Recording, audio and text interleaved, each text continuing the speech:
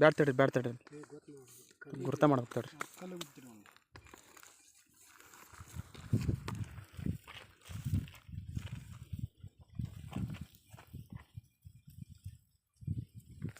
ಇಲ್ಲೇ ಪಾಯಿಂಟ್ ಐತೆ, ಬರೋಬ್ಬರಿ ಐತಿ. ಸುತ್ತು ಕಡೆ ಅತ್ಲ ಮ್ಯಾಗ ಸಿಗಲಿ ನೋಡ್ರಿ, ಇಲ್ಲಿ ಬಂದು ಸಿಗ್ತದೆ ಪಾಯಿಂಟ್.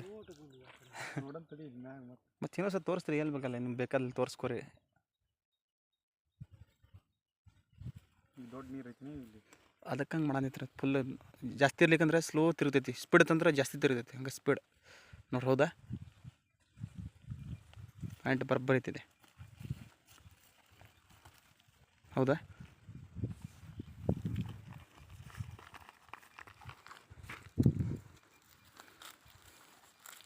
ಇಲ್ಲಿ ಹಾಕ್ಬಿಡ್ರಕ್ಕಲ್ಲ. ಕರೆಕ್ಟ್ ಐತಿಲ್ರಿ. ಓಕೆ.